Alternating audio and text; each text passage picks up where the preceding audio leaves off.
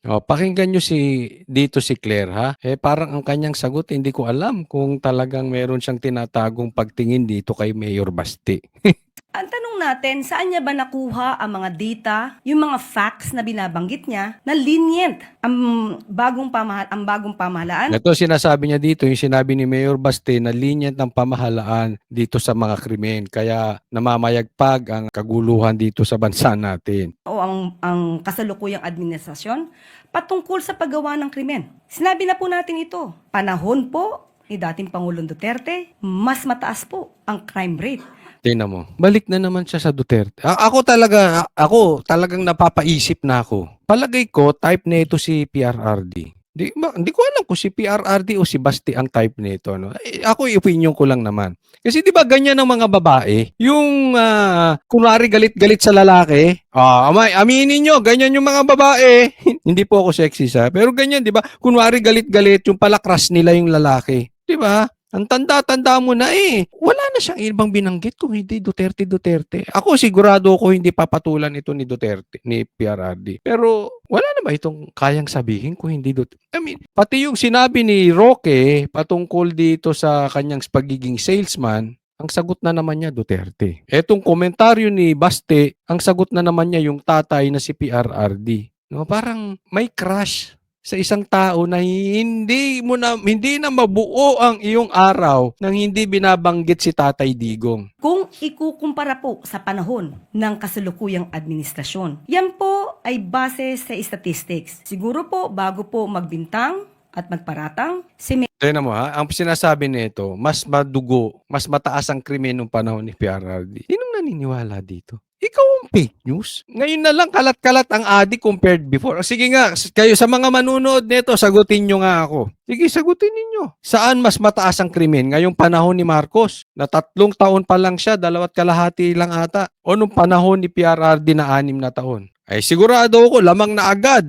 ang krimen ngayong kauupo lang ni Marcos. Ikaw ang fake news. Hindi ka ba naglalakad sa kalsada? Droga na lang, kalat na ngayon eh. Yan nga ang mga sabi-sabi na ibang klase ngayon. Before, yung mga nagdodroga, takot. Ngayon, ang takot taong bayan sa mga nagdodroga. Dapat ito si Claire ang mag-research eh. Parang wala siyang alam sa nangyayari. Sige, sagutin ninyo ako. Saan mas mataas ang krimen? Nung panahon ni Marcos o panahon ni PRRD? Mayor Baste patungkol sa di umanong leniency ng Pangulo ng kasalukuyang administrasyon patungkol sa pagsasagawa ng krimen. Tignan niya po muna at araling mabuti, makipag-usap sa mga abogado. Tignan mo. Aralin niya at makipag-usap sa abogado kung saan na mas mataas ang krimen. Hindi alam ng abogado yan. Hindi ko po minamaliit yung mga abogado. Yung mga abogado, ang expertise niyan batas. But hindi ibig sabihin magaling sila sa batas, alam na nila kung saan mas mataas ang krimen yung dati o ngayon. Baka mas may alam yung mga kababayan natin na nasa kalsada. Baka yung mga abogado na yan, hindi nga nila na-experience yung gulo dahil nakatira yan sa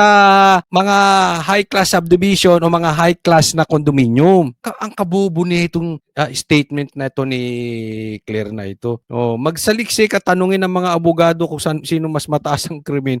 Pambihira, pati abogado. Not necessarily, no? Na abogado alam kung saan mas mataas ang krimen. Pambihira ka namang, Claire. Bakit ka ba talaga naposisyon dyan? Ang punto ng kanyang mga sinasabi ang lalayo. Para malaman kung ano ang totoong records. Mas mataas po ang crime rate sa panahon ng kanyang ama. Naniniwala kayo doon? Sige. Tanungin natin ng taong bayan. May anak kayong babae? Saan mas safe maglakad ngayon? Ngayong panahon ni Marcos o panahon ni Duterte? May anak kayong lalaki? Saan mas nakakatakot na mayaya yung anak ninyo patungkol sa droga? Ngayong panahon ni Marcos o panahon ni Duterte? Sino ang mas takot sa drug test? Yung gobyerno ni Marcos o yung gobyerno ni PRRD? Sino ang iwas sa usaping droga? Gobyerno ni Marcos o gobyerno ni Duterte? Ano mas malinis? Yung probinsya ng mga Duterte patungkol sa droga o yung probinsya ni Marcos? Doon na lang malalaman na natin kung sino mas maayos. Sino ang mas mataas ang krimen? Saan nyo mas kayang lumakad? Doon sa probinsya ni Duterte na Davao o ito sa probinsya ni Marcos na Ilocos? Sige nga, kayo mag-decide. Sana sagutin din tayo ni Claire. China-challenge nga siya ng taong bayan. 1 araw, 2 araw, 3 araw. Magpakita ka ng proyekto ng mga Marcos. Alam nyo kasi itong style nila, Claire. Tapatin ko na kayo, yan ang style nila eh. Dahil wala silang mapakitang magandang proyekto ng gobyerno. Wala silang magandang activities o plano paano magkakaroon ng magandang trabaho ang mga Pilipino. Paano bababa ang presyo ng bilihin? Wala silang mapakita na aantayin ng Pilipino na makikinabang ang taong bayan. Wala. Ang focus nila ay ibahin ang istorya. Siraan ng Duterte para hindi mapansin yung kahinaan ni Marcos. That is the main strategy ng gobyerno ni Marcos. Ever since, simula't simula pa lang yan na. Sa katunayan, kaya nga umalis si Atty. Vic dyan kay Marcos. Dahil una pa lang, meron ng mga gustong mga little president na umiepal dyan na hindi naman binoto ng taong bayan. Una pa lang sinasabi na yan ni Atty. Vic. Maraming epal-epal dyan. Wala talagang mapapakitang programa si Marcos. Nalihiti mo. Ha? Sige, sinasabi nila tumataas ang ekonomiya natin. Nawawala ang krimen. Tanong, hindi nababawasan ba ang gutom ng Pilipino? Ang mas maraming umihirap. Ngayon lang, nasa balita, hindi ko na lang sasabihin, ilalagay dito. Hanapin nyo. O yung trabaho bumabagsak. Anong pantakip nila? Si Claire, bakbakan ng Duterte. Ganyan po kababaw ang mga Marcos. Next topic naman tayo. Ito namang statement ni Marcos. Talagang to si Marcos. Ang mga komentaryo talaga. Hindi mo alam kung tanga lang o wala talagang alam. Isinisisi ni Pangulong Bongbong Marcos sa maling disenyo ang pagguho ng isang tulay sa Isabela. Tinipid din daw ang pondo. Ito na yon ha. Itong komentaryo ito ni Marcos, umani ng batikos. Parang hindi komentaryo ng isang presidente. Ito yung parang talagang pinabili lang ng suka tapos tinanong, anong masasabi mo dun sa tulay na bumagsak? Ganun po. Siya yung talagang parang pinabili ng suka. Hindi ko alam kung ito si Marcos ay high sa multivitamins o talagang sunog na ang utak gaya ng kanyang balat. Hindi ko alam bakit parang nasusunog si Marcos. No? I have nothing against doon sa maiitim kasi maitim din naman ako. Pero tingnan mo yung itsura niya. Parang alam mo mapapaisip, hindi mo masisisi yung taong bayan kung sasabihin na ito si Marcos ay high. Hindi komentaryo ng presidente. I mean, hindi ganyan si PRRD. Para rito, pagtitiyak ng Pangulo may mananagot. Nasa frontline ng balitang yan, si Maricel Halili. Personal na binisita ni Pangulong Bongbong Marcos ang bahagi ng Kabagan Santa Maria Bridge sa Isabela na bumagsak kamakailan. Nakasabit pa ang truck na sinasabing sanhi ng pagguho. Pero ang sinisisi ng Pangulo, ang palpak na disenyo ng tulay. Ang puno nito, design flaw. Ang lalim ni Marcos, no?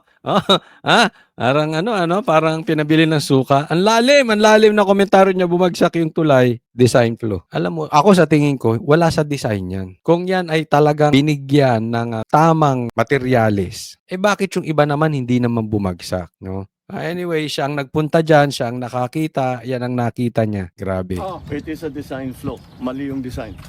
Ngayon lang daw siya nakakita ng suspension bridge na hindi kable ang gamit. Nakadesenyo rin daw ang tulay na kayanin ng higit 40 tonelada ng kargada. Pero ang truck na dumaan, higit 100 tonelada na agad ang bigat na sinabayan pa ng ibang sasakyan. Sabi pa ng Pangulo, 1.8 billion pesos dapat ang pondo para sa tulay na may habang 990 meters. Pero ibinaba sa halos 1 bilyong piso para makatipid. Yun nga lang, ginagawa pa lang daw ang tulay ay kinailangan agad i-refit dahil gumagalaw na ito. Ngayon, lalo lang daw mapapalaki ang gastos ng gobyerno. We have no choice. We have to go back. Gastos na naman tayo ng malaki. Papalitan natin yung mga support, parang nagtayo na naman tayo ng bagong tulay. Nakita mo yung komentaryo niya? May natutunan kayo. Yung komentaryo ni Marcos ay parang komentaryo ng may masabi lang. Kasi yung komentaryo niya ay just stating the obvious. Kita naman natural, gagastos ka dyan. Di ba? Obvious. Papalitan niya mga yan. Alam ka namang itayo mo ulit yan. Di ba? Sana nagbigay siya ng eto ang natin, eto ang dapat yan, eto gagawin natin, eto yung hindi parang wala. No? May masabi lang na meron siyang ginawa. Yan ang datingan ni Marcos. Kaya umaani ito ng batikos talaga na, ito ba si Marcos talagang gustong tumulong sa Pilipino o talagang makaligtas lang? Kasi ako, pupusta ako, isisisi na naman ito kay Duterte. Di ba? Etong si Marcos, walang pagtutuunan, gaya ni Claire, na isang bagay na hindi ikokonekta sa Duterte. Oo, lahat. Pustahan tayo, ikokonekta na naman to sa Duterte. Hindi naman ito proyekto ng Duterte. Actually, ang balita dito ay may ginawa pa silang renovation nung panahon ni Marcos. Okay? Di umano yan ang at nagkaroon ng problema. So, dapat naman talaga imbestigahan para sa akin at dapat naman talaga ito ay sagutin ng mga kontraktor. Ang problema talaga dito sa Pilipinas, yung kontraktor. Minsan kasi yung kontraktor titipirin talaga. Bakit? Kasi ang politiko gustong kumita. Ang dapat hanapin ni Marcos dyan, sino ang politikong kumita? Dahil sigurado, kaya tinipid yan nung kontraktor. At yung kontraktor, idikit mo! Baka mamaya, pag-aari din ng isang politiko, hindi lang sa kanya nakapangalan. Laliman mo yung investigasyon. Huwag yang mamaya, Duterte na naman, si Duterte na naman, si Duterte na naman, si Sara may kasalanan niya, baka pati si Basti kasalanan niya yan. Huwag ganon. Bigyan mo naman kami ng intelligence, intel report, Marcos. Kaya ang tanong, sino nga bang dapat managot sa pagguho ng tulay? Believe me, we will find out who is responsible. So, dapat kang paniwalaan. May ganun pa. Believe me, we will find out. Yung sinabi mo nga 20 pesos, hindi nangyari. Responsible is basically who made the design. Because their design is poor. Look what happened. Higit Yung may kasalanan yung gumawa ng design. Hanapin mo yung politiko. 10 taon ginawa ang tulay na ito na sinimula noong 2014 at natapos nito lamang Pebrero. Kabubukas pa lang ng tulay, pero ito na agad ang nangyari. Bakit tinapos pa ito sa panahon ni dating Pangulong Duterte at sinasabi pa nilang Duterte legacy ito? Patuloy na iniimbestigahan ang insidente. Pagtitiyak ng palasyo kung meron mang responsable Ito si Claire, wala na talagang sinabing mabuti. Ikaw, Claire, hindi ka ba nahihiya sa mga pinaggagawa mo? Parang nilagay ka dyan sa posisyon para gawing attack dog ng mga Duterte. Tapos itatanggi mo. Araw-araw, itry mo. Kahit 1, 2, 3 araw lang nang hindi mo binabanggit ang Duterte. Sige, I challenge you. Wala ka nang ginawa araw-araw kung hindi Duterte, Duterte, Duterte. Kasi ito si Claire, vlogger. Nauunawaan ko kung babanatan niya dun sa vlog niya. Pero andyan ka sa posisyon as Yusek, wag mong kalad ka rin yung channel mo diyan sa pagiging Yusek. Marunong kang bumagay. Napaka-unprofessional nitong si Claire talaga. kahit sa kasalukuyang administrasyon ay mananagot din ito. Nagbabalita mula sa frontline, Maricel Lahat na lang ididikit sa Duterte. Ito pa, pakinggan natin ito. Next topic naman tayo. Ito naman, Kimbo. May kasunod pa na demanda. Naku, maliligo talaga ng demanda ito. Itong si Kimbo at ang mga kasamahan niya. Kaya nga ninenervyos na itong mga ito eh. Ipinagutos ng Korte Suprema ang pagdalo ni House Appropriations Chair Stella Kimbo sa oral arguments kaugnay ng petisyon laban sa 2025 General Appropriations Act. Ito'y matapos niyang aminin na may blanko sa bicameral report ng 2025 budget. Bukod kay Kimbo, ipinatawag din ang Technical Working Group ng Senado at Kamara upang magbigay linaw. Ayon kay Representative Franz Castro, tama lamang na humarap sila upang Ito, mati na sila dito. Kasi inamin ni Kimbo na may blanco sa BICAM. Bawal po yun. At sinabi niya ang nag-fill up ng blanco, technical group, bawal po yun. Talagang ito, si Kimbo, maliligo po ito ng demanda. At ito ay nangyari sa pamamalakad ni Speaker Martin. Damay-damay po sila dyan. Asahan po ninyo, ako hindi magugulat kung si Kimbo, si Martin ay maliligo ng demanda at si Saldico. Ngayon pa lang yan ha. Ngayon pa lang yan na hindi pa nakaupo ang Duterte. Sila pa ang nakaupo. Ibig sabihin ba, Coach, maghihiganti ang Duterte? Hindi naman po. Pero talaga namang karapat dapat silang idemanda. Dahil bilyon po ang pinag-uusapan dyan, trilyon pa yan sa budget na yan. Nalabag po ang konstitusyon dyan. Napakaliwanag na meron pong mali dyan. Una, tinago nila walang blanco, kaya lang inamin ni Kimbo. Kaya nahuli silang, malamang pinapagalitan to ni Tamba. Bakit ka umamin? Dapat deny lang tayo ng deny katulad ng mga ginagawa natin sa mga pangyayari ngayon. Deny lang ng deny ng deny ng deny.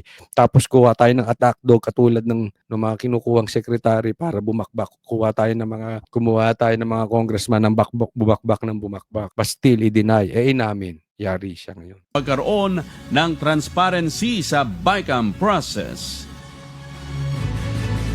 Si Kimbo ang nag-admit na may blanco pero sinabi niya ito raw ay ministerial at iniwan na lang nila para sa mga miyembro ng technical working Yan, doon mali na. That thing is illegal in itself. Iniwan sa technical group at sila na nag-fill up. Yari sila doon. group, yung mga empleyado ng Senado at ng mababang kapulungan to fill in the blanks in the bicameral conference committee report.